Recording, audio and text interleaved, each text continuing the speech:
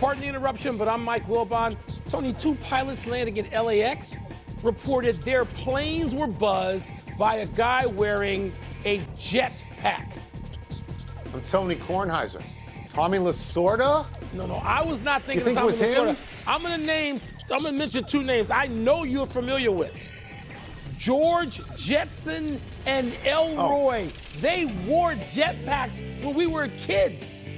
You were a teenager, I was a little kid. That was jetpacks. You say jetpacks, I'm thinking the Jetsons. So that accurately predicted the future, doesn't it? And now there are these dopes who actually get these things on their backs and fly around at an airport. The worst possible place you can do that, considering the traffic in the air. Absolute insanity. Not sorta. Come on now, not sorta. No.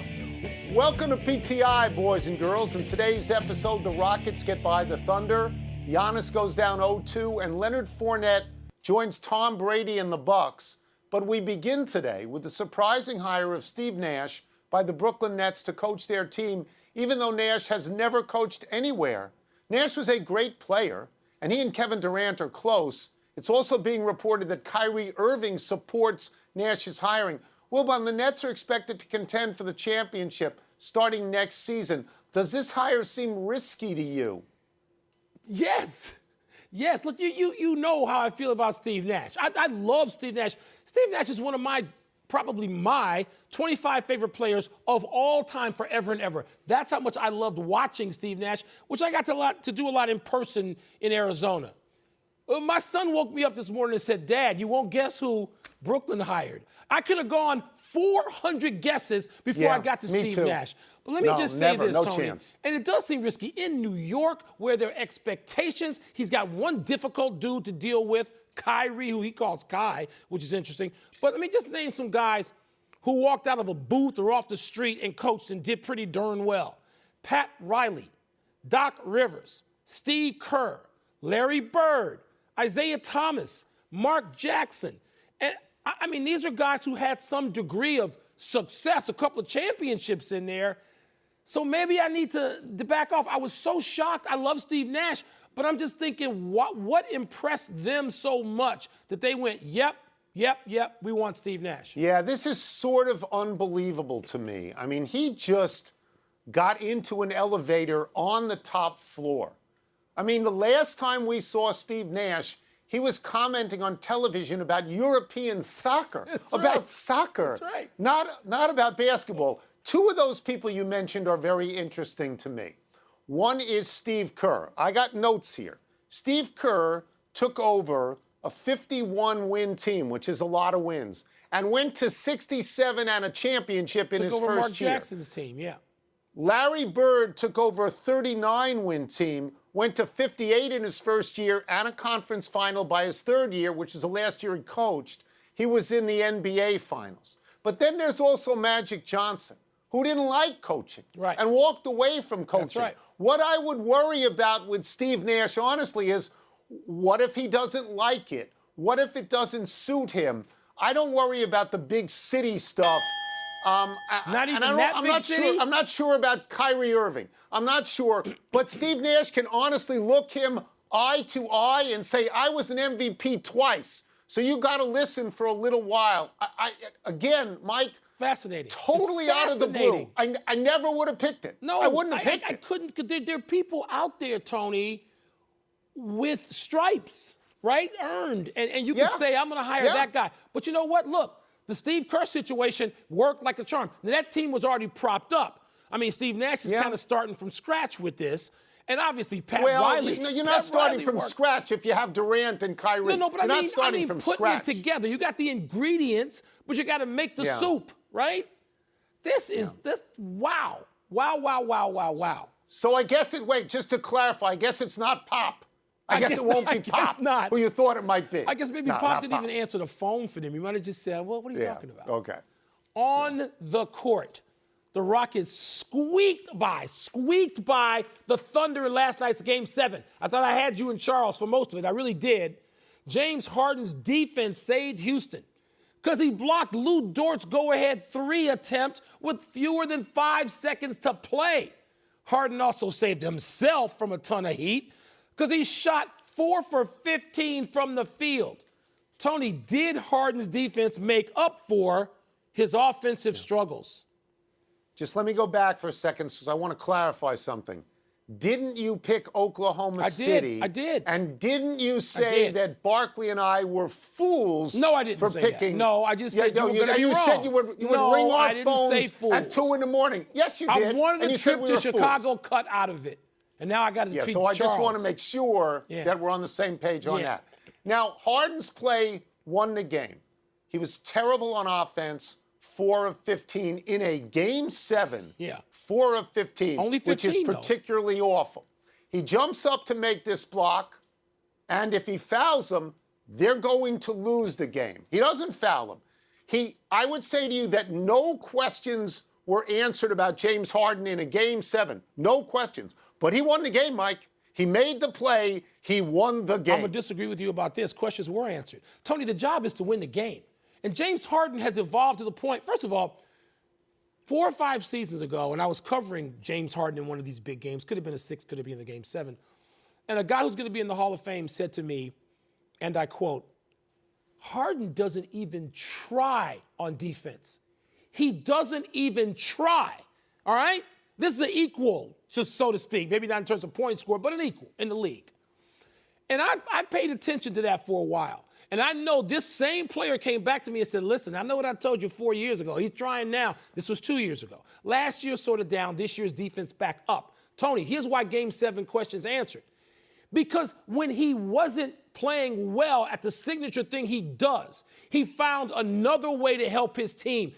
In the biggest moment, Hart, and he only took 15 shots, which means he didn't need to take 40 to find out he wasn't on. He moved the ball. He set screens. He played defense. He helped his team. I got nothing but praise for James Harden today. Nothing but. So this is interesting I thought Oklahoma to me. City was a still win that game. If Chris Paul hits that little shot in the lane to put them up 1, Houston would have had all the pressure. I would have bet everything I have that Houston would have lost. But they didn't lose. They won, and Harden's why. Let me know when you're done. I'm done. Because this is interesting to me in this regard. You slammed Harden for a lot of years. Now you're praising him for only taking 15 shots. Mike, he's an MVP in the league. And I said he won the game. Right. He's an MVP in the league. He was the 4th leading scorer on his team in a game 7. And I'm going to tell you that's inexcusable. He won the game. Right. But that's no good. Miami. But Tony, at least he realized he didn't have it going, and he didn't keep chucking it, which has been the Houston way. By the way, how many games are they going to get off the Lakers? How many games are Houston going to get off the Lakers? Will Houston get? 1, 2 at the most. 1, 2 at the most. Because although they were 2-1 against the Lakers this year, and the only team in the West with a winning record against the Lakers, LeBron didn't play in one of those games. Anthony Davis didn't play in one of those. Who's going to guard Anthony Davis when they start a lineup of everybody 6'4"? 1 or 2. Let me get to Miami. Okay. Miami beat Milwaukee for the 2nd straight time last night. The game was tied on Miami's final possession. Jimmy Butler, your boy, went up from the left corner for a 2-point shot, which missed. The ball was out of his hands when Giannis Antetokounmpo put his hand on Butler's rib cage and was called for a foul. Butler won the game on free throws with no time left. Wilbon, are you okay with that foul call deciding the game? No, I don't like seeing those calls. I'm from the old school. If you let that go, St. Ignatius' own referee, Mark Davis, made those calls. And you know what? At the time, I'm listening and agreeing with Doris Burke, who in real time said, that's not a foul.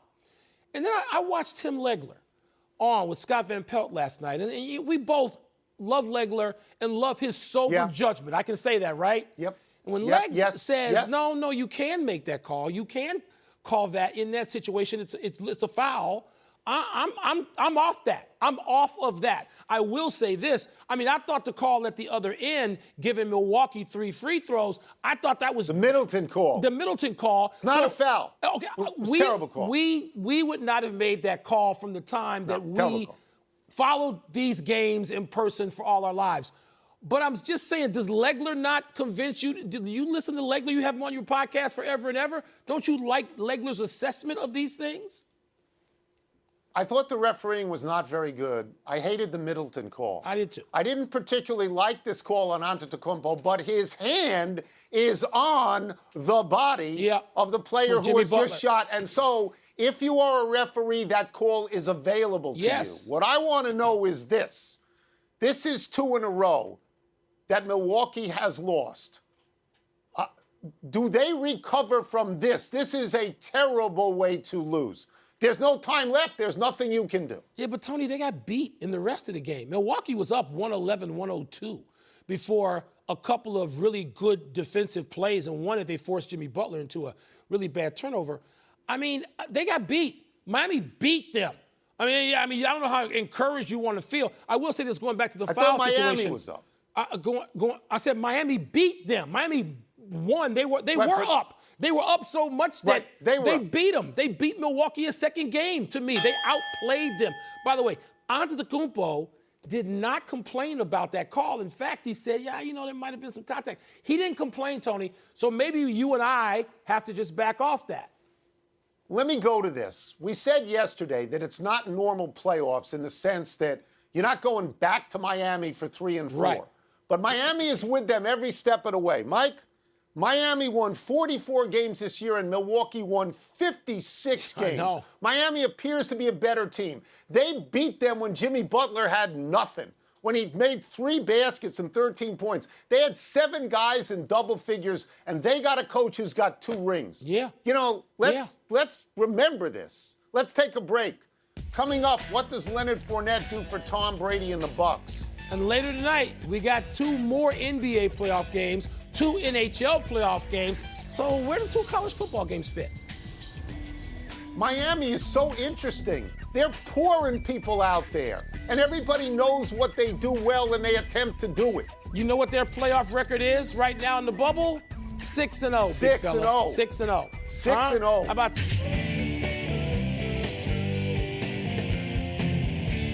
Tom Brady suddenly has another big-name player to help him in Tampa. Leonard Fournette joined the Bucs last night, just days after the Jags waived him. Fournette ran for more than 1,100 yards last season, caught 76 passes for another 500. Wilbon, do you see this as a significant upgrade for Tom Brady and the Bucs? I mean, how much upgrading can there be? I mean, he's not even the starter. You got, Ronald Jones, also apparently known as Rojo. I'm sure you're familiar with Rojo's work. And they got Shady McCoy. I know the Rofo. There's so many guys on the Tampa Bay offense. It's like, each one of them, you would think is going to the Hall of Fame. Maybe a few will go. But okay, I mean, how many guys can Tom Brady have? If we just judge personnel, which is what everybody on television is doing now, just personnel and the contributions they are projected to make, then Tom Brady goes, 18-0. He walks, right into the Super Bowl. So, I mean, I don't know how this is going to actually play out, but on paper, it looks pretty damn imposing. Can I ask the obvious question? Who is running the Jacksonville Jaguars? If this guy, Fournette, gets 1,600 yards from scrimmage and 1,152 yards rushing and catches 76 passes for 520 yards, and they cut this guy? Yeah. They cut this guy? What, because he fumbled a lot? He had 0 fumbles lost. I don't know what they're doing. Let me get to the Bucs for a second.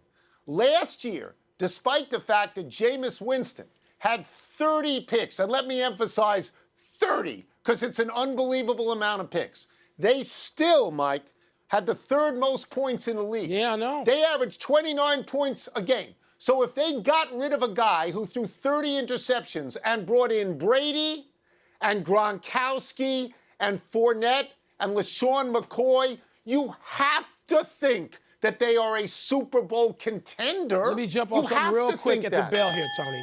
How come the other teams in the league don't seem to be trying as hard as Tampa? What, they got no money? $4 million is what he was going to make if you picked him off of waivers. So how many other teams in the league that just, we don't care. Let's let Tom Brady have everybody. Are the Seahawks smart to re-sign Josh Gordon? No. I answer that same question the same way every year. Tony and I are also going to offer our reflections on the late, great Tom Seaver. And Cam Newton was named to start for the Patriots. now that And Brady captain, is in one of the captains, Tampa. one of the co-captains. Happy time, people. Happy 68th birthday one day late, Jimmy Connors. Nobody ever owned the U.S. Open like James Scott Connors. Connors, even more than native New Yorker John McEnroe, excited the New York City crowd. They loved him. He was the first American tennis rock star. He was anti-establishment, coarse, a bully. He'd go up to the net and threaten to ram your racket down your throat. At the height of their young fame, Connors and Chrissy Everett got engaged, though they never married. Connors won 8 majors, including 5 U.S. Opens. In 1991, at 39 years old, he went all the way to the semis of the Open, stalking all his night matches like a werewolf. He didn't have Sampras's serve, or McEnroe's artistry, or Agassi's theatricality. Connors just pounded the ball. His best weapon was his return of serve. If you hit it 120 miles an hour at him, he hit it 130 miles an hour back at you. He was fearless. He prowled the baseline like a lion. His game wasn't built for grass or clay. It was built for hard court. He was different than Sampras and McEnroe and Agassi. And honestly, if I had to have one of them play one match for my life, it would be Connors. You know, Tony, I was hoping in that one clip that McEnroe had just taken a swing at Connors for putting his finger in his face. I'm a McEnroe guy. But let me say this, as much as I loved watching Jimmy Connors particularly play in New York at the Open, I know I can speak for you and say that Pete Sampras is the greatest American male tennis player ever. Oh, Even absolutely. above There's no doubt about Agassi, that. above Connors, above Mac, who I love. No doubt. All right. Happy anniversary, Manny Ramirez. On this day 27 years ago, playing in his second major league game, Manny collected his first hit, a ground rule double that he mistakenly thought went out for a homer, nearly making it to third in his home run trot before realizing his mistake. But it was a good thing he practiced the trot, because later in the game, he hit 2 out. That was a hallmark of his career. Do something comical, then do something great. Manny retired abruptly in 2011 when he was told he was being suspended 100 games for testing positive for a performance-enhancing drug in spring training. He'd already been suspended 50 games in 2009. Manny finished with 555 homers, 15th all-time, 1,831 RBI, 19th all-time, though it's doubtful he will ever get to the Hall of Fame. Late last week, John Heyman reported that Manny signed a 1-year deal to be a player coach with the Sydney Blue Sox of the Australian Baseball League. He had last played professionally in 2017 in Japan.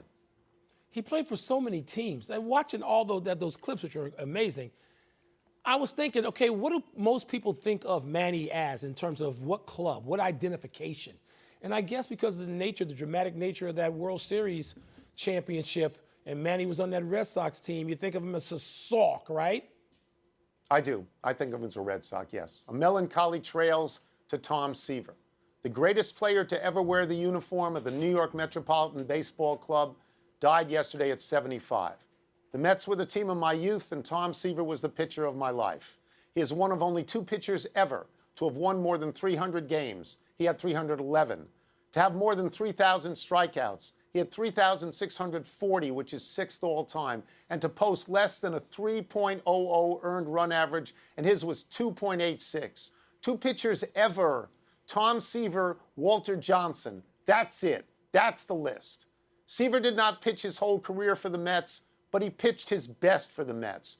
He was at the top of the rotation for the Miracle Mets in 1969, the most unlikely world champions ever, considering in the previous 7 years of that franchise, they either finished last or next to last every year. I was in college then. I watched every Mets game that was on Channel 9 in New York, or I saw them live at Shea. I was there the first game they ever went into first place. You could always tell when number 41 was pitching well because he had dirt on his right knee. That meant his left leg was striding long enough that his right knee grazed the mound. He was Tom terrific. Not Tom Brady, not anyone else named Tom. Tom Seaver. He was smart, he was personable, he was handsome, and he once struck out 10 batters in a row. On a personal note, I have this jacket, a replica of the jacket the '69 Mets wore, and I think of Tom Seaver every time I look at this jacket. I hate that jacket. I was 10 years old when Tom Seaver and Jerry Kuzman and Don Clendenin and AG and all of them broke my heart. And I hated Tom Seaver as a kid. And then I grew up and I would appreciate the greatness of anybody as great as Seaver, and then became a sports writer and got to listen to him a few times. It was like, wow. I mean, Tom Seaver is the best of baseball. He was a part of baseball, to me, Tony, when baseball's better than it is now. The pitchers that were his peers, and he himself led that group. So I can't feel like you do, but I feel bad that we've lost somebody as great as Tom Seaver. His peers in the moment were Jim Palmer and Steve Carlton mainly, and he was a great, great pitcher. When he went into the Hall of Fame, he had more votes than anyone to that point. We go to the big finish. 98%. The Seahawks re-signed wide receiver Josh Gordon. Does that make sense to you? No, never. You know how I am about this. Antonio Brown. No. Stop. You're not going to change him. Mike Clevenger makes his first start for the Padres tonight. You have high expectations? Enormous expectations for Sunshine. That was the one big trade before the deadline. The Padres appear to be loaded. The Avalanche stayed alive last night. The Flyers and Canucks can be eliminated tonight. Will they be? Yeah, I'm always good for the Flyers being eliminated. I sort of like the Canucks, Tony. 2 college football games tonight. You interested? You're going to watch? No, I'm going to watch when the Big Ten plays football. That's what I want to see, the Big Ten. Last one, Raptors, Celtics, Nuggets, Clippers tonight. Who you got? Raptors have to win tonight to really extend that series and make it something. I think they will. And I'm interested in this Clipper-Denver series. Let's see what Denver's got left after those 7 grueling games. Out of time. Try and do better the next time. I'm Tony Kornheiser. And I'm Mike Wilbon. We're scheduled to be on the Deuce again tomorrow, knuckleheads. Still, you can get the PTI podcast on the ESPN app or Apple Podcasts. Thunder and lightning all around me now. All around me.